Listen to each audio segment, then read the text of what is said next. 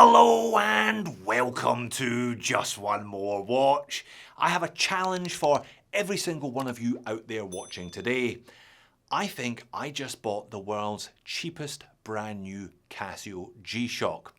If you think I'm wrong, if you think you can find one cheaper, I would love to hear about it in the comments section. Shout out to Stephen, who posted a link to the sale on amazon.com.au on the Australian Affordable Watch Forum Facebook group. I spotted the post, I clicked the link, I bought the watch, and here we are. I will also leave a link in the description of this video in case they have any left at what I think is a sensational price.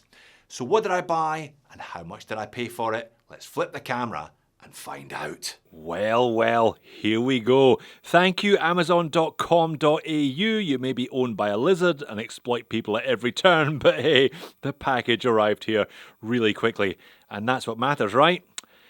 Moving on. World's cheapest G-Shock. But what G-Shock is it? I'll be honest, it's not one of my usual preferred square Gs. It's not one I'd heard of before. It is a DW9052-1VDR. Now Casio always, in case you weren't aware, they put the module on the back of the case of the watch as well, but they put the module on these sticky labels. Module 3232, I don't think I'm familiar with that one either. So what does it look like and how much does it cost? Well, let's have a look at it first. Anything of interest here? Just the kind of standard Australian warranty, 2-year warranty, 2-year warranty for the price I paid. It's one of these ones you'll see when I get it out of the packet. There you go, it's that shape. Not bad looking though. I mean, it's a Casio G-Shock. They all have a certain chunk to them and no mistake. What do we got? Shock resistance, 200 meters of water resistance, and a backlight. I think that's standard features with all of them as well. Once again, confirmation of the details. So that's what it looks like. How much did I pay for it? Well, I paid 66 Australian dollars and 1 Australian cent. The Aussies, I'm sure, realise that is so cheap for a G-Shock.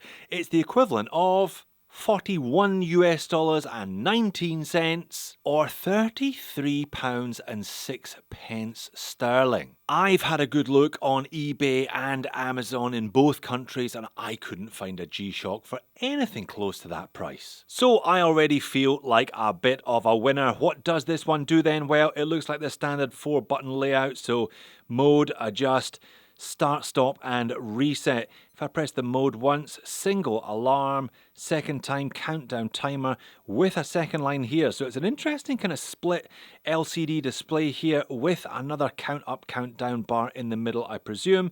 Stopwatch, let's have a go with that one.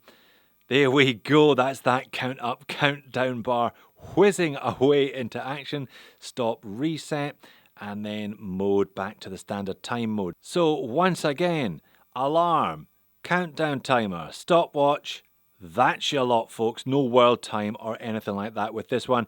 If I hold down to reset here, time mode, I can cycle through the time, the usual daylight savings etc. available.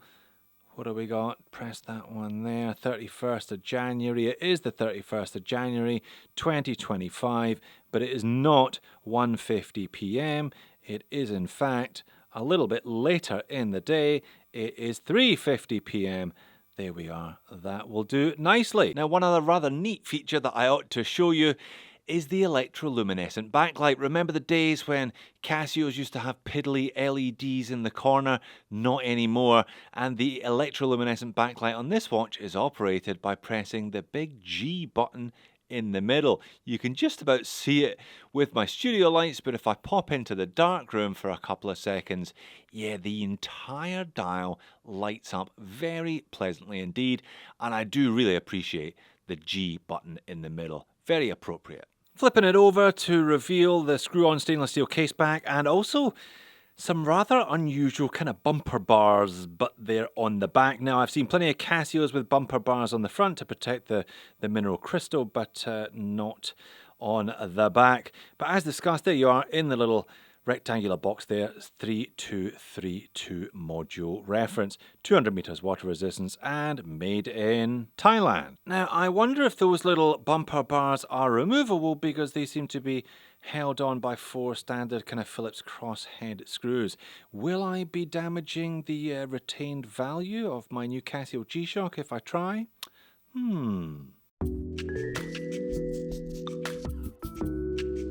Yes, as I suspected, those are purely decorative. A kind of unusual form of decoration.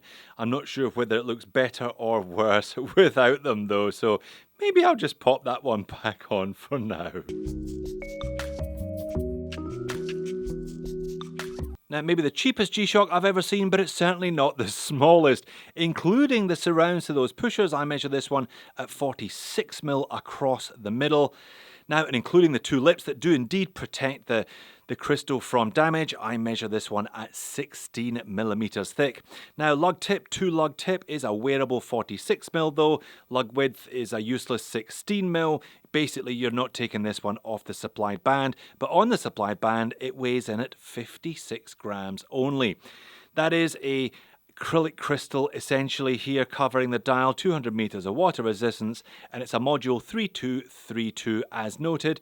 That takes a CR2016 battery. Replace those every 2 years yourself for $1. Sounds big on paper, and it is big, but once again, if you've got a watch that weighs less than 60 grams, you kind of don't even know it's there most of the time. I tell you what, no, you bloody know this one was there if you do try and slip it under a cuff. The only time these G's look really out of place, I think anyway, is with a suit. I tried to wear a square G as my daily a number of years ago, and I succeeded, but I felt very self-conscious when it poked out the end of my suit. Poked out from beyond my sleeve when I was wearing one at work. And it may be one of the bigger G-Shocks I've reviewed, but that doesn't mean to say it's the most legible. Like a lot of Casios, they put so much gubbins on the dial of the watch and surrounding the dial of the watch that they rather forget about the main set of numerals that you know you rather need for telling the time. But welcome to the family nonetheless, DW9052. You may not ever be the lightest, the thinnest, the prettiest, or the most feature-packed G-Shock that I've ever bought, but you will probably always be the cheapest G-Shock that I've ever bought. So there you have it, 66 Aussie dollars for a brand new Casio G-Shock. I haven't seen prices like that since the Aussie dollar and the US dollar were at parity with each other many, many years ago. But did you find cheaper? I am looking forward to reading the comments. Frankly, I'm pretty chuffed with the deal I got regardless. Well done for making it all the way to the end of the video. I love a G-Shock and so do you. If you've made it this far, why not check out another couple of G-Shock videos there or there. Thanks for watching this one. I'll see you again in the next one.